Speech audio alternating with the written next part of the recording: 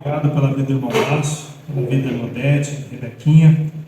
Assim, ó Pai, pela maneira como o Senhor trouxe essa família para nos ajudar desde o início nesse ministério, assim como outras famílias queridas em nosso meio.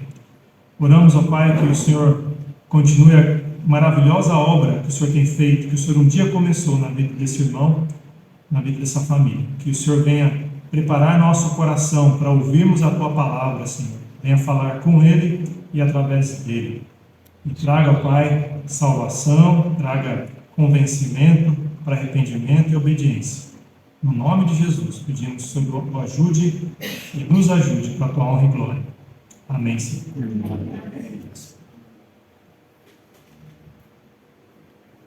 Boa noite, irmãos. Graças a Deus do nosso Senhor e Salvador Jesus Cristo, amém? Uma alegria poder estar junto com os irmãos. Embora os irmãos já uma família, e a gente tem uma intimidade com todos aqui, mas eu não deixo de ficar nervoso um pouquinho, não é verdade? E agradecer ao pastor por confiar a palavra e deixar o microfone para mim estar falando aqui. E só dar um testemunho rapidinho, menos de 30 segundos. Em tudo Deus tem um propósito, nada é em vão. E domingo passado, eu estava trazendo a palavra domingo passado, e por motivo maior que Deus sabe, não foi eu, foi o pastor Davi que teve aqui. E conversa vai com o pastor Davi aqui um pouquinho. Ele estava ensaiando, ele com a esposa, aí eu conversei com um pouquinho. E aí, tranquilo, tá, a gente fica meio nervoso.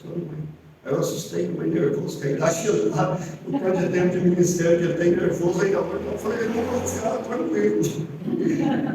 Aí ele falou assim, não, mas é bom. Aí eu estranhei, né? Bom.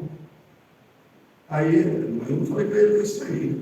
Aí ele falou, é bom porque é o seguinte, a palavra de Deus, a gente fica nervoso, porque a palavra de Deus não é qualquer palavra. A palavra mais preciosa que tem aqui na terra, a palavra de Deus. É bom a gente ficar nervoso. Amém, irmãos? Amém. É bom no bom sentido. Então, eu gostaria de estar meditando com os irmãos no livro de Jó, por favor. Abrindo a palavra de Deus no livro de Jó. 1 Jó.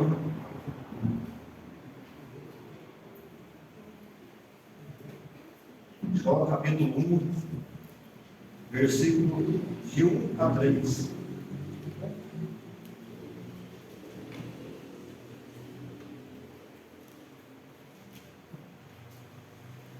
Amém, irmãos? Jonas 1, capítulo 1, do 1 ao 3. E veio a palavra do Senhor a Jonas, filho de Amitai, dizendo: levanta-te, vai à grande cidade de Nínive e clama contra ela, porque a sua malícia subiu até a minha presença. Porém, Jonas se levantou para fugir da presença do Senhor, para Tarsis, e descendo a Jope, achou um navio que ia para Tarsis. Pagou, pois, a sua passagem e desceu para dentro dele, para ir com eles para Tarsis, para longe da presença do Senhor. Até aqui, irmãos. O livro de Jonas é um livro bem conhecido dos irmãos. Amém? Quando se fala de Jonas, o que vem na nossa mente? O peixe, o grande peixe. Jonas e o peixe, é o que a gente lembra, Jonas e o peixe. Mas o mais importante do livro de Jonas não é nem Jonas e nem o peixe. Jonas e o peixe foram instrumentos de Deus. O livro de Jonas é um agir de Deus, tanto do início ao fim do livro. É Deus falando, Deus agindo. Então é o agir de Deus. O mais importante desse livro, como toda a Bíblia, é Deus. E não é Jonas e nem o peixe. Tanto é que o peixe ele só aparece 2 vezes no livro. Então aqui eu gostaria de falar algumas curiosidades desse livro, bem rapidinho, daqui a pouco a gente continua na ministração do livro. O título que eu dei para essa mensagem, irmãos, Jonas, um homem que ousa desobedecer a Deus. Algumas curiosidades aqui. O livro de Jonas é diferente das outras profecias, por não conter uma mensagem direta a Israel. Há uma grande lição nesse livro para a nação judaica, a saber que Deus é Deus não só dos judeus, mas também dos gentios. Esse livro é uma repreensão contra o exclusivismo dos judeus, que se conservavam a certa distância dos gentios e consideravam-se superiores a eles. Esse livro é considerado o livro missionário do Antigo Testamento. Aqui, como nós vimos Jonas do 1 ao 3, Jonas, em vez dele obedecer à palavra de Deus, à ordem de Deus, o que Jonas faz? Jonas resolve mudar de geografia ao invés de mudar de cultura. E para ouvir a voz de Deus, Deus manda ir para Nínive, e ele pega um navio e vai para Tarsis. Deus o chama, Deus o condiciona, Deus dá o endereço, Deus o envia, e ele se dispõe. Mas para fugir da presença do Senhor, eu creio que Jonas não é o único que tem tentado fugir de Deus, meus irmãos. Aqui ou acolá, nós também, seja por medo, ou por covardia, por conveniência, ou por outros interesses, ou pela dureza do nosso coração, ou pela rebeldia da nossa alma, nós também temos tomado estradas de fuga. O livro de Jonas é muito debatido pelos críticos da Bíblia. É uma curiosidade, eu não sabia disso.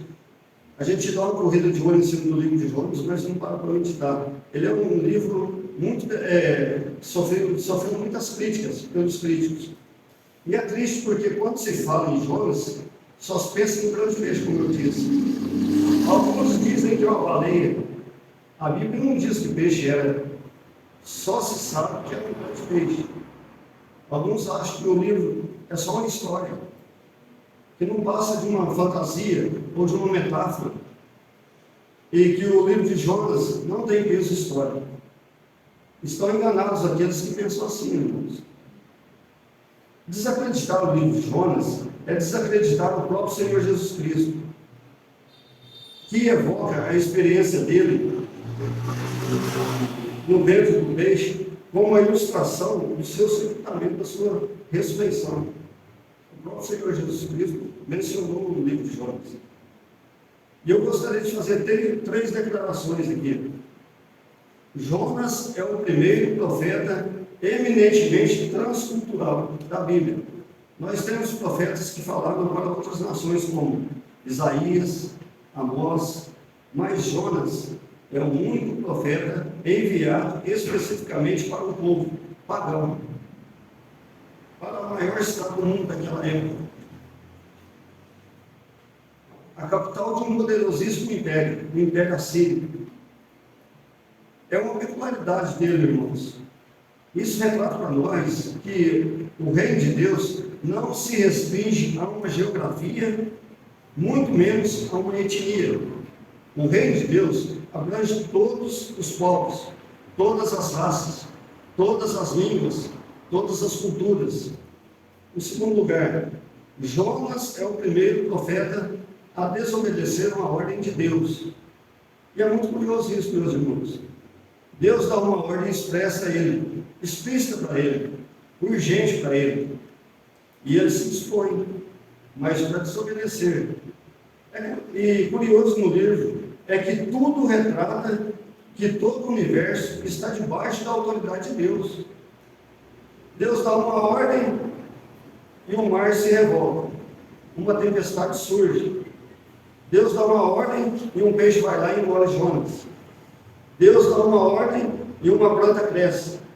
Deus dá uma ordem e um verbo vai lá e corta a planta. Ou seja, até os seres irracionais não ousam desobedecer a Deus, mas Jonas desobedece. Terceiro lugar, irmãos, Jonas é o primeiro profeta a ver um resultado 100% positivo. E isso é único na história. Ele prega um sermão contendo apenas 5 palavras. 5 palavras aqui eu estou falando no hebraico. Diríamos nós, um sermão muito ruim e insuficiente. O quanto de trabalho que dava para preparar um sermão, eu não tinha ideia. O quanto de trabalho que dava.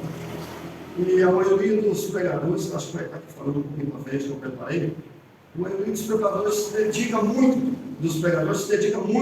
para ter um sermão bom, para trazer uma palavra de confronto também para a vida do ser humano.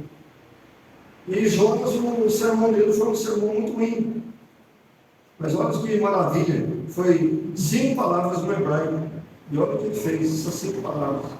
Quando tem Deus preparando, quando Deus prepara a mensagem, eu liguei muito isso aí com João Batista. A pregação de Jonas e de João Batista, eu estou fugindo um pouco do texto que eu preparei. A pregação tanto de Jonas quanto de João Batista, ela vem de confronto com a nossa intimidade, com o nosso ser. E olha o que fez a pregação dos dois. Então, Deus preparou, seja de exortação, seja de consolo, a palavra vai atingir o coração. Depende da terra, como está a terra no teu coração. A palavra vai vir de encontro. Eu espero que nessa noite teu coração esteja aberto. Não é apenas mais uma mensagem, como é todo domingo, como é toda terça. A gente não vem na igreja, eu vou ser domingo, eu vou cumprir a obrigação de. Não, Deus está preparando uma palavra com você. Como eu disse no começo, Deus me preparou por acaso, o pastor Davi, para falar aquilo para mim. Eu tinha que ter consciência do peso da palavra de Deus, embora eu sabia, mas eu precisava ouvir. E Deus preparou um mensageiro dele para vir de Campinas, sem querer puxar uma sardinha dele. Mas Deus preparou um mensageiro dele para vir de lá, para trazer uma mensagem para mim aqui, para vir de encontro ao coração meu. Né? E a conversão é em massa, aqui no caso de Jonas. E ele não estava nem um pouco interessado na conversão dos ninivitas. Jonas é o único pregador que ficou frustrado com o seu sucesso. Ele quis morrer porque os seus ouvintes queriam viver. Aqui em Jonas 1:1 diz: e veio a palavra do Senhor a Jonas, filho de Amitai, dizendo. A palavra Jonas no hebraico significa pomba. E a palavra pomba, ela talvez pudesse estar de acordo com a atitude de Jonas em 3 aspectos. Primeiro, na Bíblia, pomba é vista como a ave que busca a fuga na hora do perigo. Está lá em Salmos 50, se alguém quiser uma corrida de ouro, está lá em Salmos 55, de 4 a 7. Salmos 55, versículo 4, 5, 6 e 7. O meu coração está dolorido dentro de mim, e temores da morte caíram sobre mim. Temor e tremor vieram sobre mim, e o horror me cobriu. Assim eu disse: quem me dera asas como de pomba, então voaria e estaria em descanso. Eis que fugiria para longe e pernoitaria no deserto. A palavra de Jonas, no hebraico significava pomba, como eu disse aqui. Na Bíblia, pomba é vista como uma ave que busca a fuga na hora do perigo. E Jonas é exatamente uma pomba, porque na hora do perigo, o que ele faz? Ele foge, ele tenta fugir do Senhor, mas ele esqueceu de Deus, não tem como fugir. Pomba na Bíblia é símbolo de alguém que chora e geme. Não vou pedir para você estar lá abrindo, para a gente ganhar um pouquinho de tempo. Está lá em Isaías 59, 11, parte B. Está escrito assim: todos nós clamamos como ursos e continuamente gememos como pombas. Ele chora e geme, também no ventre do peixe. Terceiro, a pomba é símbolo de passividade. E ele se torna passivo enquanto Deus é ativo. Ele entra para dentro de um porão, ele deita, ele dorme, ele ronca, ele se aliena. E é Deus quem toma a iniciativa de agir. Porque o profeta comissionado a agir está dormindo. Quando se diz Jonas, filho de Amitai, esse nome Amitai significa verdade. Isso significa que Jonas é criado em um lar compromissado com a verdade. Tudo leva a crer que ele cresceu ouvindo a palavra de Deus. E dessa maneira, irmãos, ele exerce o seu ministério conforme 2 Reis 14, 25. Vou pedir por bom ministro dele, por favor. 2 Reis 14, 25. Também este restituiu os termos de Israel, desde a entrada de Ramate até o mar de Danês, conforme a palavra do Senhor, Deus de Israel, a qual falava pelo ministério de seu servo Jonas, filho do profeta Amitai. o qual ainda ficaste em pé. Amém. Muito obrigado. Então, irmãos, Jonas exerce seu ministério no período mais próspero de Israel. Quando eu falo Israel, eu estou falando das 10 tribos do norte, em distinção do reino do sul, chamado Judá. O reino do norte existiu no ano 931 a.C., com a morte de Salomão, e terminou em 722, quando o reino do norte sucumbe pelo poder da Síria.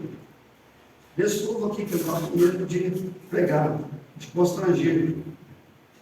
Veja comigo o chamado dele no versículo 1, e aqui voltando para Jonas. E veio a palavra do Senhor a Jonas. Veja essa palavra comum que você vai encontrar no Velho Testamento para todos os profetas. A maioria dos profetas de Deus, levantados por Deus. Veio a palavra do Senhor. Veio a palavra do Senhor. Então isso era muito comum no Antigo Testamento. Isso significa para nós, irmãos, que Jonas é um homem a quem Deus fala. Olha que privilégio que ele tinha. Mas isso não podia fugir da responsabilidade dele. A palavra que vem a ele é uma palavra autoritativa. Em outras palavras, irmãos, Jonas não é o dono da mensagem. Jonas não cria a mensagem. Jonas não é a fonte da mensagem. Jonas não é o homem que tem em si a mensagem. A palavra de Deus veio a ele. Ele é o portador da mensagem. Ele é um veículo da mensagem. Ele é um instrumento da mensagem. Ele é um embaixador da mensagem. Mas ele não é o dono da mensagem. E isso é tão precioso ainda hoje, amém? O pregador prepara o sermão, mas a mensagem não é dele. A mensagem é de Deus. Deus não tem compromisso com a palavra do pregador. Deus tem compromisso com a palavra dele. E aqui eu gostaria de deixar para vocês refletirem. A semente, ela transcende o semeador. A mensagem transcende o mensageiro. A vida não está no mensageiro. Não está no semeador. Está na semente. Não é o caráter do semeador que determina o germinar da semente. É a vida que nela está. E a qualidade de terreno em que ela é semeada. Por isso pode estar um adorador em pecado e a glória de Deus descer. Deus não está honrando o semeador. Deus está honrando a semente santa e perfeita que é plantada e semeada. O semeador pode estar em pecado, mas Deus, Ele planta a palavra, que é a semente. Deus honrará a semente, ela dará fruto, mas o semeador será condenado. Então não se preocupe tanto com isso, nem fique preocupado quando você descobre que o mensageiro não está com a vida no altar de Deus. Não esqueça, a semente transcende o semeador. Voltando aqui no texto, Jonas não é chamado a pregar o que ele pensa, o que ele acha, o que ele quer, o que ele acha mais agradável, o que é mais palatável e o que é politicamente correto. Ele é chamado a pregar a palavra que vem a ele da parte de Deus. Isso até hoje. E há de ser sempre assim, até Jesus voltar, amém? Outra observação de Jonas é um homem a quem Deus comissionou. Veja o verso 2, por favor. Levanta-te, vai à grande cidade de Nínive e clama contra ela, porque a sua malícia subiu até a minha presença. Então, irmãos, vamos ver aqui que Jonas é alguém a quem Deus comissiona, dispõe e vai, e clama, levanta-te. Vejam vocês que a primeira coisa que alguém precisa fazer para cumprir a vontade de Deus é se dispor. Dispõe-te, levante-se. Se você não se dispor, não se levantar, nada vai acontecer. Deus lança um desafio. E tem gente que escuta o desafio e vai embora para casa tranquilamente, como se não estivesse falando com ele. Entra com um ouvido e sai com o outro. Dispõe-te, levante-se, crie coragem e faça a vontade de Deus. Levante-se, se prontifique, ouça a autoridade suprema que está dando uma ordem. Agora notem, ele não é chamado para pensar, ele não é chamado para refletir, ele não é chamado para questionar, ele não é chamado para duvidar, ele não é chamado para tardar, ele é chamado a se dispor e ir. Deus requer o quê? Obediência, meus irmãos.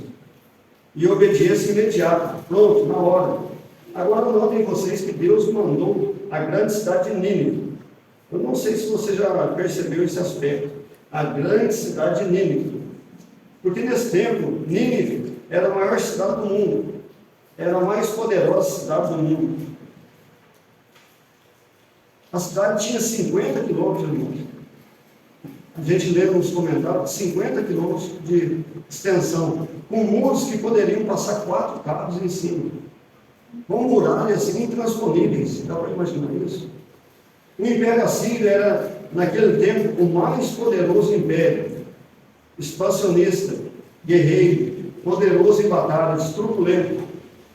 Quando o Império Assírio entrava numa cidade para conquistar, via de regra, homens eram decapitados e as cabeças amontoadas aos montões nas portas da cidade. Era um poder irresistível, era uma máquina de guerra. E Deus está agora chamando Jonas, um profeta galileu. A vila em que ele nasceu ficava a 9 quilômetros de Nazaré, onde morava Maria, onde Jesus cresceu até começar o seu ministério. Uma cidade pacata. E Deus está agora chamando este homem e dizendo: agora vai à grande cidade de Nínive. Jonas era uma pessoa instruída. Tudo indica que ele era uma pessoa instruída. Ele acompanhava certamente a realidade do seu povo. Ele tinha plena consciência que a Síria, cuja capital era Nínive, era a grande ameaça política ao seu povo. E Jonas estava ciente de tudo isso, diante dessa comissão divina, dessa ordenança divina. Mas Nínive não era apenas a cidade mais violenta e mais poderosa no sentido de conquista, não. Nínive era o maior centro de maldade e feitiçaria da época.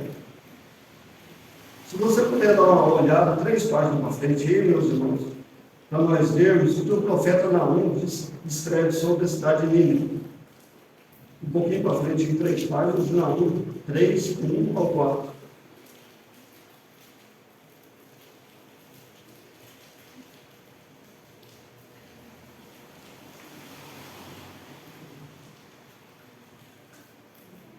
Amém? Ai da cidade ensanguentada, ela está toda cheia de mentiras e de rapina, não se aparta dela o roubo, estrépito de açoite e arco, e o barulho de ruído das rodas, e os cavalos atropelam e carros vão saltando. O cavaleiro levanta a espada flamejante, como a lança relampejante, e abundância de cadáveres, e não terão fim os defuntos, tropeçarão nos seus corpos. Por causa da multidão dos pecados, da meretriz muito graciosa, da mestra das feitiçarias, que vendeu as nações com as suas fornicações e as famílias pelas suas feitiçarias. Gente, eu acho terrível, irmãos. Agora olha aí o verso 19 desse mesmo livro, Naum 3:19.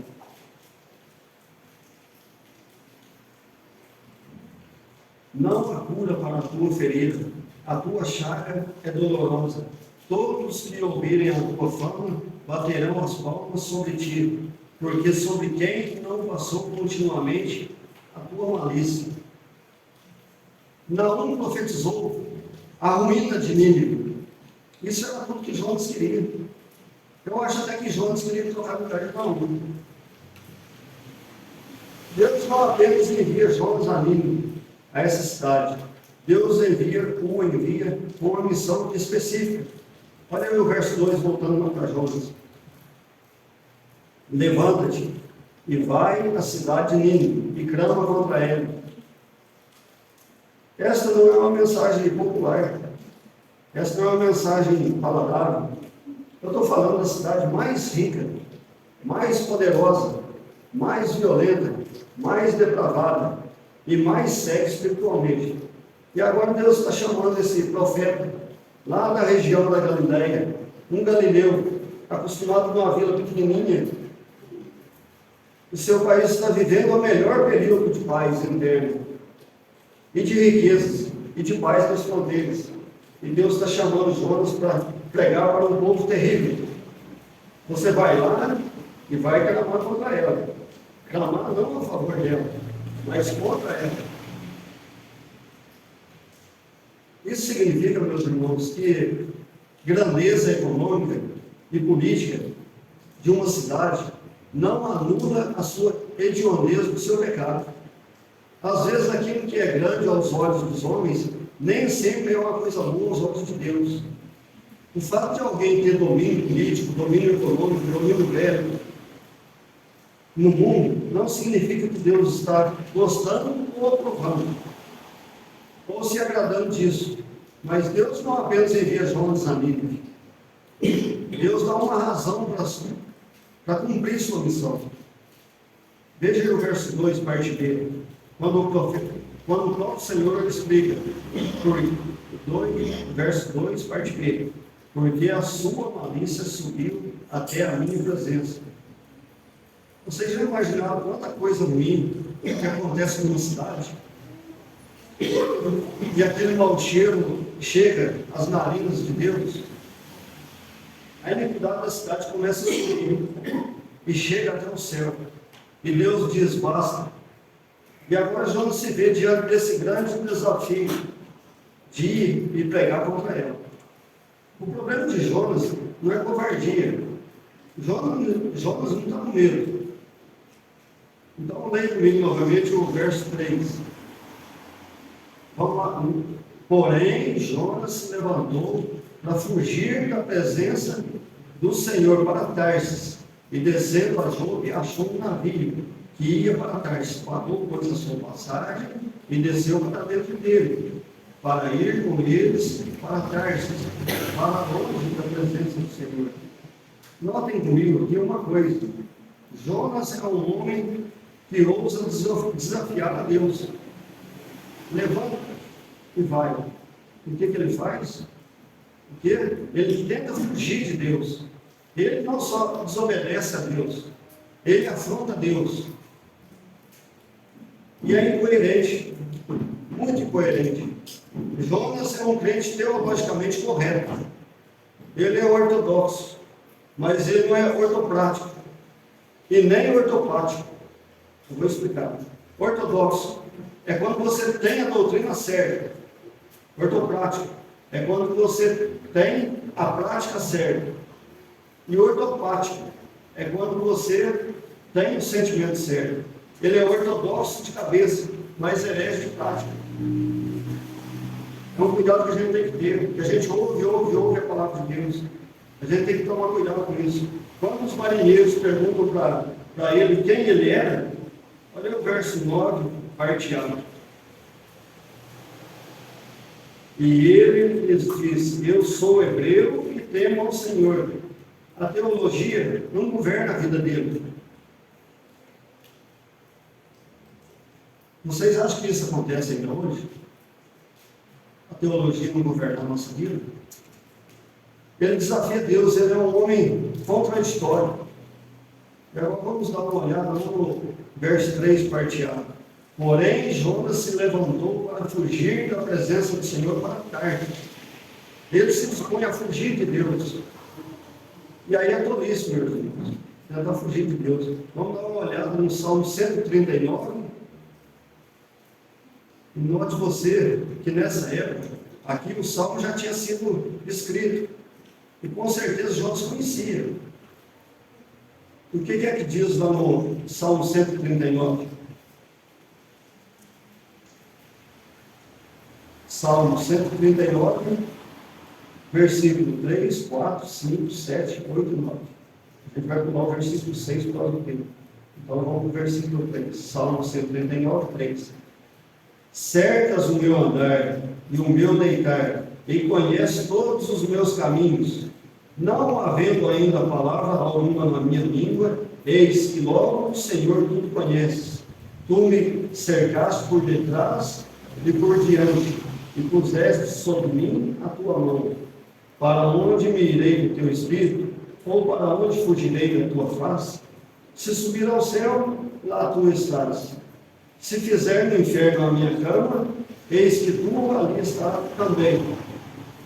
9. Se tomar as asas da alma, se habitar nas extremidades do mar, até ali a tua mão me guiará e a tua destra me susterá. Olha que tolice, vocês sabiam que o pecado nos deixa tolos? Bobos. Jonas está achando que pode fugir de Deus. Vocês já pararam para pensar por que ele queria ir para Tarsis? Tem umas curiosidades aqui, por que Tarsis? Porque Tarsis está geograficamente em uma posição oposta a Nínive. Nínive está num lugar que está do lado, e ele quer para o outro lado do mundo. Uma é ao leste e a outra é ao oeste. E eu vou lhes dizer por que ele quis ir para Tarsis. Isaías 66, 19a, diz o seguinte, somos informados o seguinte: e porei entre eles um sinal, e os que deles escaparem, enviarei as nações a Tarsis. Até aqui, por favor. E porei entre eles um sinal, e os que deles escaparem, enviarei as nações a Tarsis. Sabe o que isso significa? Tarsis era uma cidade fundada pelos fenícios, na costa sudoeste da Espanha. E a Espanha era o último local, geograficamente, conhecido no mundo. Era o limite que eles conheciam na época. Para vocês terem uma ideia, Tarsis ficava a 4.000 quilômetros de Jope. Essa viagem gastava um ano. Sabe o que Jonas estava querendo? Ele queria ir para o fim do mundo. Ele queria sumir do mato. Ele pensou assim: nem Deus vai me encontrar lá. E aí é tolice, né, irmãos? Segundo lugar, Tarsis era um lugar onde não havia a palavra de Deus. Agora veja o que diz em Isaías 66, 19, parte B.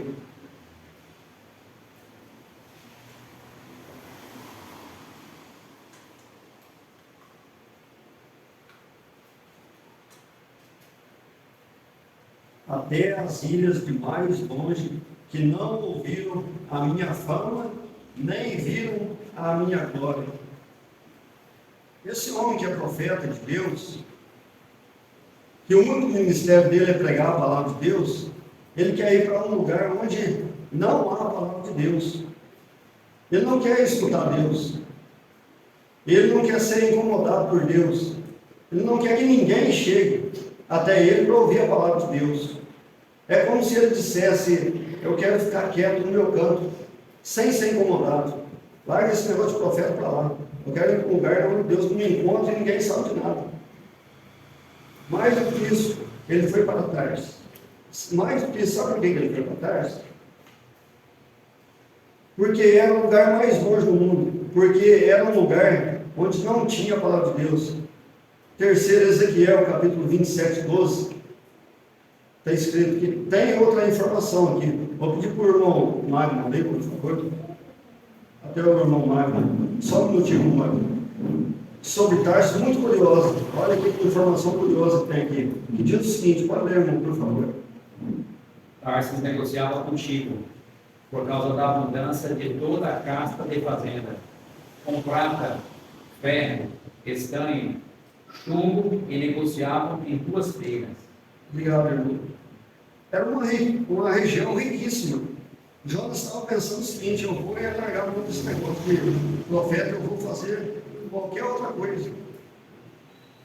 Talvez pensasse: eu vou para um lugar rico e vou estar bem lá. Aí acontece algumas coincidências. Ele se dispõe para fugir. E ele vem lá da vila dele, lá de Nazaré. Se você olhar na geografia bíblica, ele vai descendo, até chegar em Jope, que fica hoje numa espécie de bairro de Tel Aviv. Vocês imaginem só, quando ele desce, está saindo um navio de carga, e ele tem dinheiro para pagar a passagem, e tem vaga no navio. Olha que coincidência, como que as coisas estão tudo encaixando bem, está tudo dando certo. Olha que bênção, olha a providência aí, meu.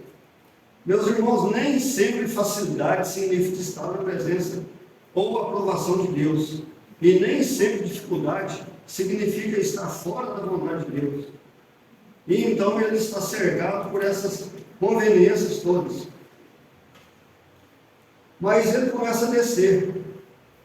E a escalada de um homem que busca fugir de Deus é uma descida vertiginosa, ou muito rápida.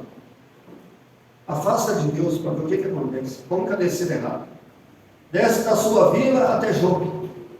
Desce depois de Jope ao navio. Depois desce do navio para o porão. Depois desce do porão para o navio para o mar. Depois desce do mar para o ventre do peixe. E vai viajar nas profundezas do oceano. Vai viajar de submarino, primeira vez. Primeira viagem missionária de submarino. E a vida da pessoa que foge de Deus é de declínio permanente. Mas vamos para a conclusão. Eu marquei aqui razões de Jonas para fugir de Deus. Quais seriam suas razões? Primeira razão que nós poderíamos pensar é que Jonas conhecia a fama de Nínive. Meus irmãos, de fato, para um homem que tinha temor de Deus, Nínive era a última escolha para um campo missionário. Era a última escolha. A cidade era violenta, a cidade era cheia de feitiçaria, a cidade era composta de líderes que mandam no mundo. Isso é uma ameaça à sua nação. E ele era nacionalista, Jonas era nacionalista. Essa cidade, quando decide invadir um outro território, ninguém consegue impedir. Era a cidade mais poderosa, era a cidade mais violenta, mais populosa, mais depravada. A cidade de maior idolatria. Era uma loucura, meus irmãos. É como se Jonas estivesse dizendo: me manda para qualquer outro lugar, Senhor, menos para lá. O Senhor poderia escolher outro campo missionário para mim, mas Deus diz: levanta-te e vai à grande cidade de Nínive e clama contra ela. Eu gostaria de perguntar a você: qual é a sua Nínive?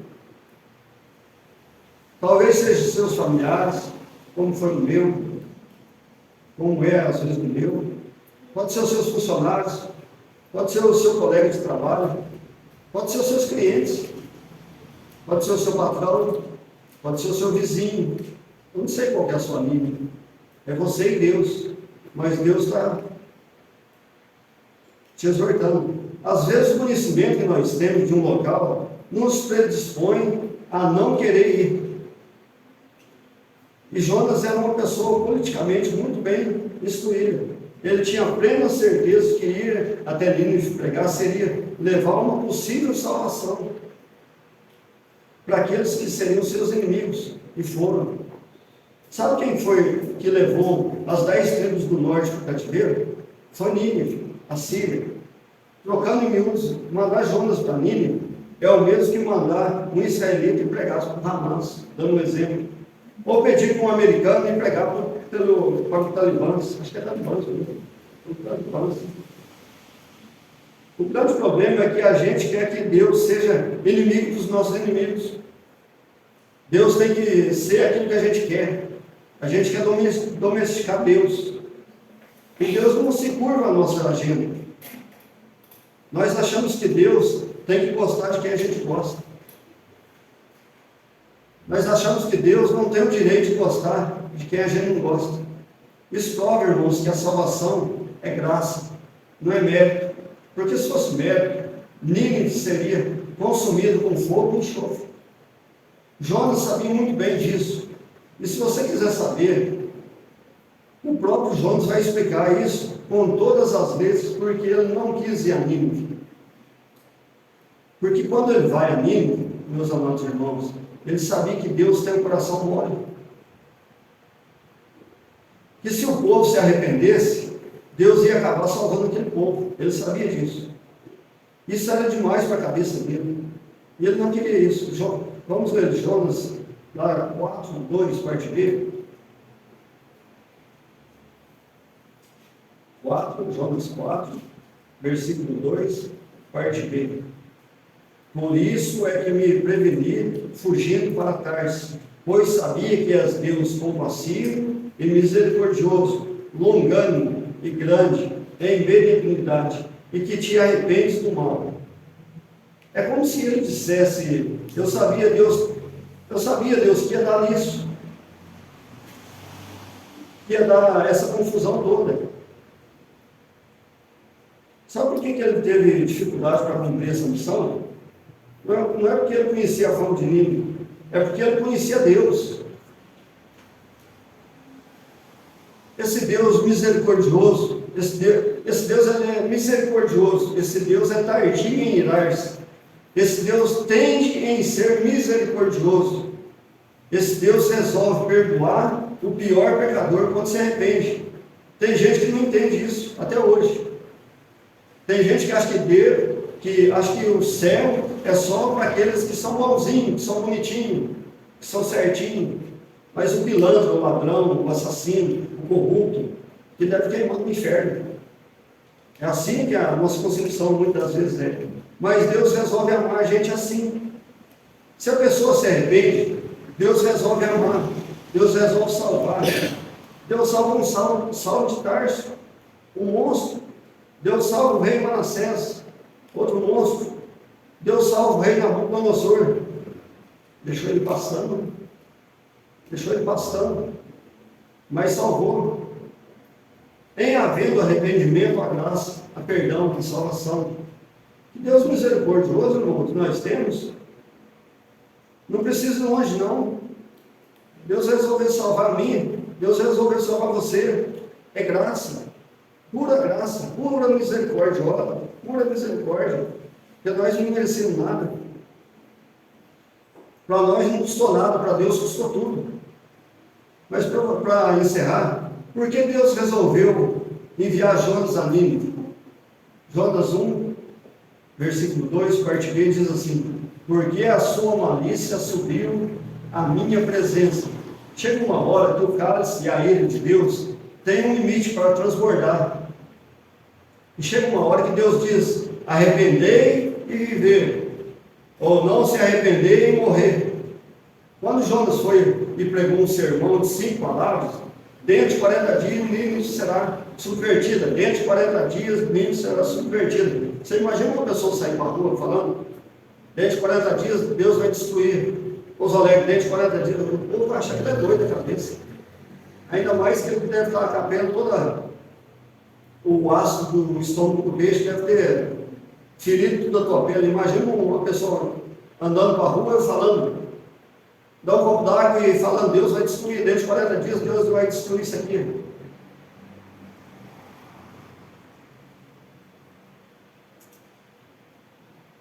E diz as Escrituras que do rei ao mais jovem, um quebrantamento geral, até os animais entrarem em jejum. Vocês imaginam os animais fazendo barulho de fome, o gado, tudo com fome, tudo em jejum. E do mais nobre até o mais simples, com roupa de saco. Olha que coisa linda. Olha que não foi por causa do pregador. O pregador estava com raiva. Foi contra gosto. O sucesso do pregador não tem nada a ver com ele. Não tem a ver com o conteúdo do sermão. Porque o sermão foi muito ruim. Não tem a ver com um pingo de graça no sermão dele. O sermão dele foi muito ruim. Não foi por causa da eloquência dele. Ele repetiu a mesma coisa. E Deus salvou. E Deus deu mais um século para essa cidade. Sabe qual que é o problema? Às vezes essa geração se arrepende, mas as próximas gerações podem voltar aos pecados tudo de novo. E chegou um momento em que Deus disse a Nínive: basta. E essa cidade caiu na mão dos caldeus. e eles foram liquidados. Sabe por que Deus mandou Jonas a Nínive? Porque a misericórdia de Deus triunfa sobre a sua própria ira. A Bíblia diz que Deus é longânimo, tardio em irar-se, grande em benignidade e misericórdia, e tem prazer em perdoar. Quando a Bíblia diz que Deus se arrependeu, Deus não se arrepende. É porque a relação de Deus é bilateral. Se o povo permanece em sua impenitência, viria o juízo. A cidade seria subvertida. Mas como o povo se arrepende, Deus suspende o castigo e oferece misericórdia. Essa mudança, porque o homem mudou, então Deus muda. Em vez de dar castigo, dá misericórdia. O que a Bíblia chama de, é o que a Bíblia chama de arrependimento de Deus. É uma palavra antropopática, ou seja, atribuir a Deus o sentimento humano.